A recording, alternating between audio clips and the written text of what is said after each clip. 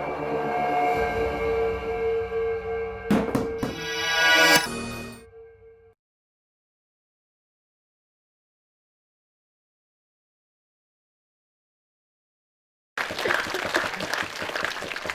now I would like to introduce Scheck Kumara, all the way from Manchester.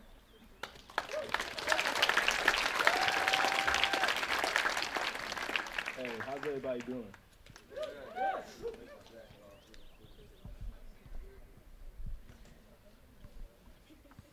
Now, before I go, I want to thank both of these women right here for having me and giving me the platform and opportunity to speak out and share my experiences and perspectives so you guys can all have an understanding. My name is Scheck Kumara. I'm 21 years old. I am African American. I was born in Senegal, Africa. I came to Laconia when I was 14 years old. When I was 1, and I lived here for 14 years before moving to Atlanta, Georgia for 6 years and now coming back. And I can tell you that within those 21 years of life, I've seen a lot. I've seen what it's like to be the only black person in your class, going all the way through elementary school. I know what it's like to be a black person in a black community where there's not that many white people and know what they think and their perspectives as well. I know what it's like to be in corporate fields and other different things. So I've seen a lot, and it shows me a lot, and I've learned a lot. And I just want to first thank everyone here for coming and attending. Because as I look in this crowd, I see obviously predominantly white people. And what it shows me is that you guys sacrifice, and you guys are unselfish, and you guys realize there's a problem out here that's bigger than you. And even though it may not affect you, it might not have nothing to do with you, it might not even be in your community, you still take it seriously and take time out of your day to come here and represent and show your support for it. And for that, I thank every one of you guys for coming.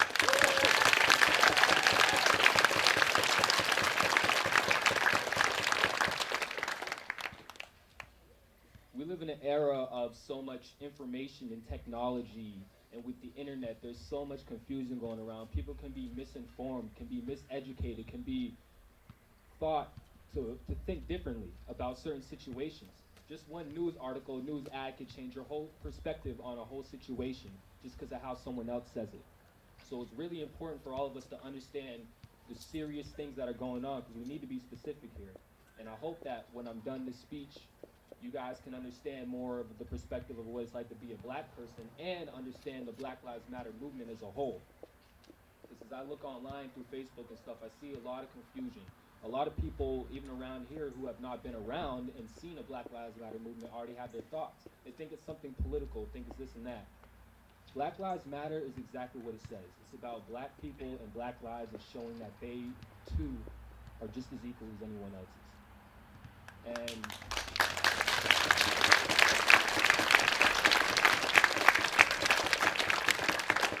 this isn't no political strategy. This isn't nothing where someone higher up in a suit is controlling it.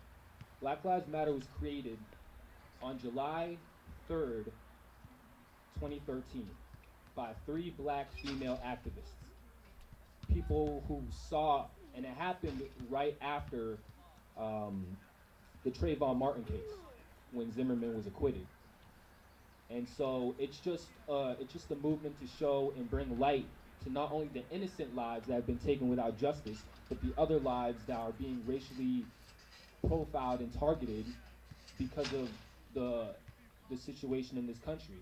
And as a black person, it's hard.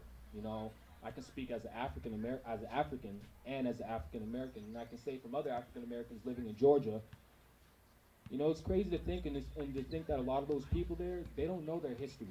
A lot of you guys know you're Irish, you're French, any you guys know your origins. A lot of those people there don't. Like I said, with slavery or anything, our people have been taken from ships, brought here, changed. They don't know their own origin, their own cultures, this and that. So they don't even know their history, their beginning. So it's hard. You know, imagine not knowing what country you're originally from.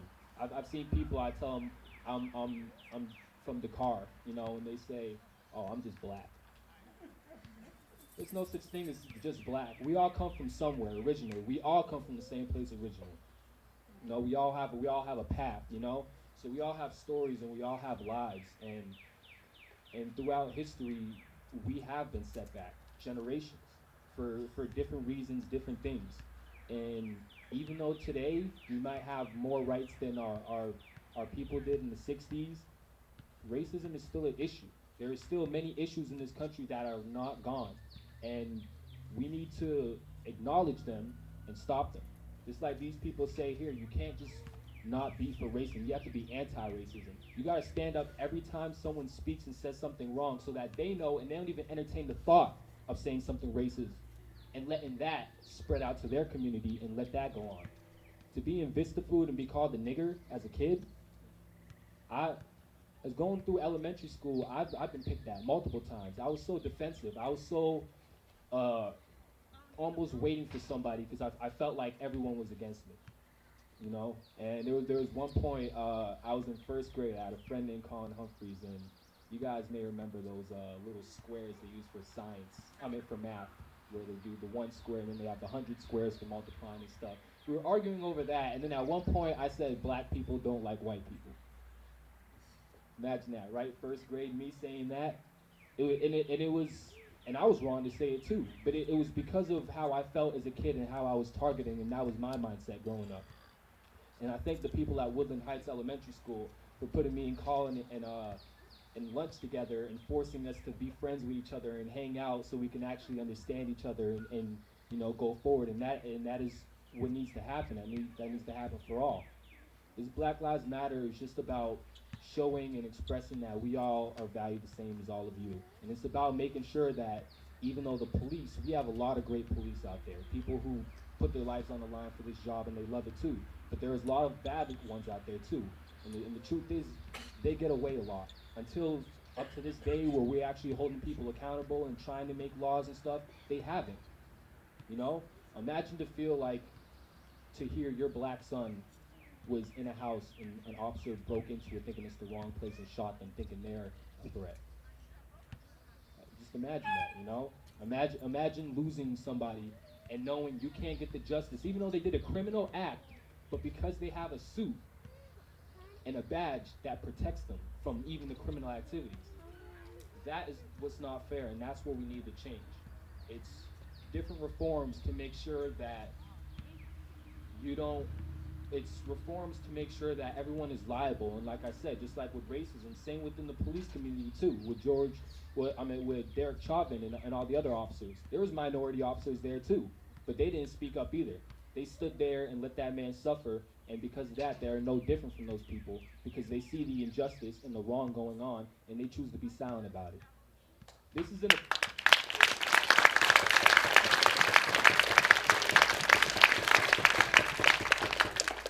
this is an important time for all of us. This is a change.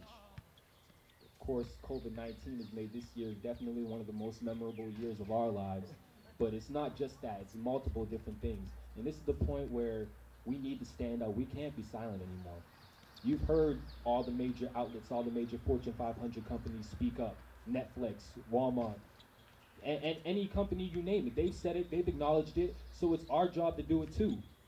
And to identify it and stop it from happening and stop it from continuing and spreading. And I know that everyone here is doing that, and that's why I'm glad and I'm happy to see everyone here. And I want to give you guys insight on my life. Coming back from Georgia, I'm just coming back this year, and then I went to the Gilford Walmart too. And it's funny, I'm thinking in my head, wow, this is the first time I've been the only black person in a Walmart. And it is nothing bad about it, but as a black person, and I know Chloe and a lot of us others around here think the same way, we know we stick out, and we know there's not a lot of us around there, and you guys know that too. So we walk around the stores, and we see your eyes, and we see your stares. We don't know what to think. Some people might think they are thinking of, they don't like us. They don't, they see us and they're judging us, this and that. Some of us some of us don't. I've lived here long enough to know that you guys are good. That the people here, the majority of the people here are good people, and they are in the best interest of everybody. And so it's crazy because online you hear a lot of people say all lives matter, right? But when they say all lives matter, they say that to deflect from Black Lives Matter. They don't use that as a reason to help the Black Lives Matter. They say it as a reason not to. Oh, all lives matter, not just Black Lives Matter. So then support Black lives too, because they're a part of all lives, right? What's stopping you from supporting them? Like I said, some people have their minds about it, and I see the issue, I guess, and the confusion is with a lot of protesters. They see rioting and they see looting, and they see it, mixed together, and people are getting them confused. Every time people speak of protesting, you think of a rioter or a looter or someone who's messing up a memorial or a grave. These are not the people that you see out here. That's not what we are. We are people trying to stand up and acknowledge the problem here, and that's the thing. Those people need to give that respect and that acknowledgement, because when you ignore people protesting and doing these things, that's when they go out.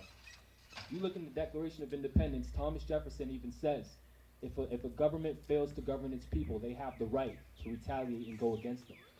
I'm not promoting no violence. I'm not telling anybody to do anything. I'm not. What I'm saying is, as politicians, as leaders, when you hear the cries of your people, no matter what race, no matter what region, what section of the country they come from, and you ignore it for a while, they feel mad. They get mad. They feel like they're not listened to. They feel like they need to do something. If you're not going to listen to me while I'm holding a sign up, I'm sure you're going to look at me and listen when you see a headline of something going on. These things can be prevented, and they should be prevented if they listen sooner, and they should. Like I said, the violence is not a good thing, and it's not what the protesting is. So that's why I ignore it, and I don't acknowledge it, and I don't associate with it, because that's not who we are. We are not violent people. We are respectful people, and we, like I said, are trying to fix this problem. And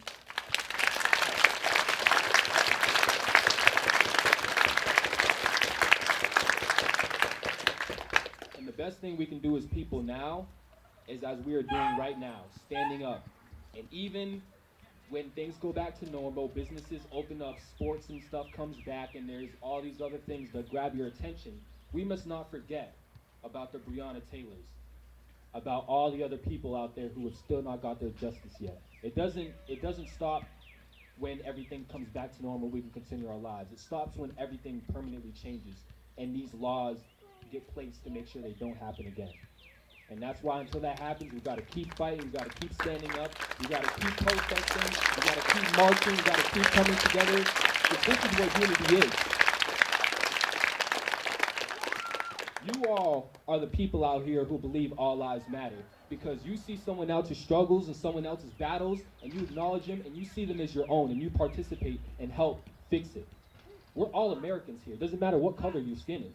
It doesn't matter where you are. Have a Hispanic origin. You can be from South Korea. You're still considered American. You're still considered a part of the community. And when soldiers in our country go out to these other places that help fight in the name of democracy and stuff, they look at us as Americans. They don't look at a black soldier and a white soldier and think, oh, I see a difference between them. No, you're all Americans. We're all Americans. We're all in this land together, and we all share it. And we need to come together and unify each other. Because America is one of those countries where it's not just one main race like China or Vietnam. This is a melting pot of so many different origins, so many different heritages, so many different lives, so many different stories. But we're all the same, and we need to be treated all the same. And that won't stop until we acknowledge the people who aren't and make a step to push them up so that we are all on the same field, all on the same line.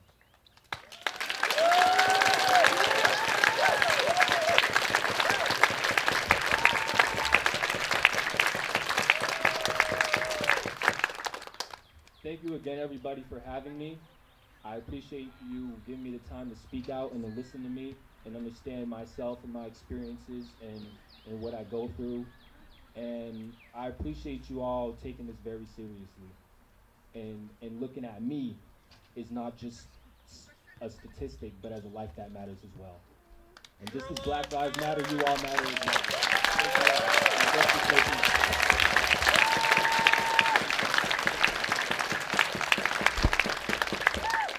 Alright, I have one last thing to share with everybody before Chloe comes in with her closing remarks. My grandfather is African American. My dad was adopted when his parents got divorced in the 80s. I think it was the 80s. I don't know the whole story, but I'm going to share the gist of it with you. My grandfather served in the Vietnam War. I know that's a touchy subject. But him and his unit, his group, I don't know much. All I know is a big, 5 buses worth of people went to a diner in New Jersey. They were on their way to a plane to go to Vietnam. And when they got to the restaurant, they were going to do 1 bus at a time because that's all the restaurant could hold. My grandfather was on the first bus. He was the only black man. He gets off the bus and he sits down at the diner, and the waiter takes everybody's order but his. The head guy, I'll just call him the sergeant because that's the word I know. The sergeant says, "Aren't you going to take his order? He's with us." And they said, "Sorry, we don't serve black people here." And he took all 5 buses and they went to McDonald's. That is an ally. And now Chloe for closing remarks.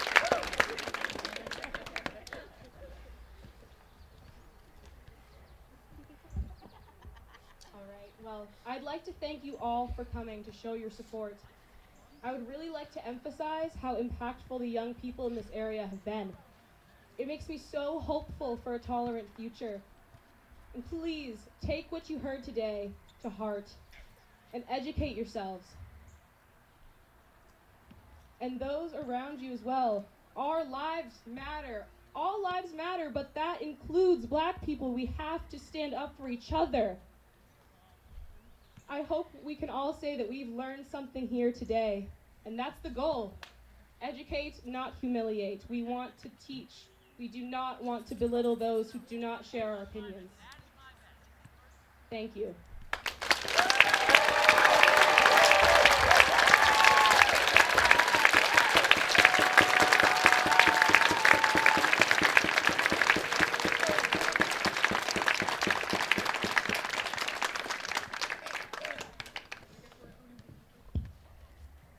Well, that was the end of our speeches here. We'll all be up here if you have anything you'd like to ask, any questions, just to say hi.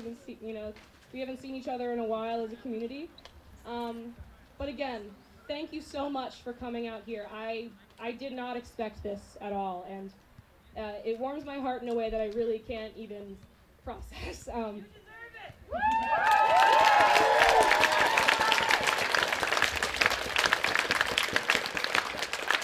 So when you're ready to go, I'd like for you to just cross the road as we did and just stay on the sidewalks to get back to your cars. Just be respectful of everyone's lawns as we were on the way here.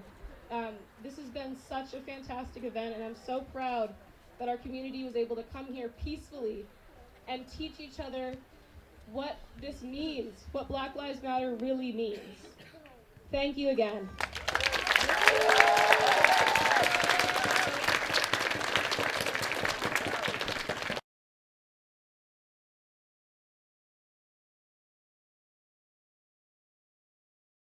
Out, even though people are already heading out. My personal reasoning for coming out here and doing all this and taking this so passionately is my older sister, Mabinti Kumara. She's 3 years older than me, and she spent her whole life watching over me and being the best sister she could. And unfortunately, February 11th of this year, 2020, her life was taken after I dropped her off at a gas station. By a white truck driver who accidentally hit her as she was on the side of the road. And still to this day, he is yet to be detained or arrested, or she's yet to get any justice in her name. So I stand here and I speak for her and those other people who have not been able to speak for themselves, who have cut their lives shortly due to other things and not have the justice happen to them. And I appreciate you all coming here to stand here and listen to hear these stories and hear our pain. Justice for everyone. Black Lives Matter. Justice for Mabinti Kumara. Thank you.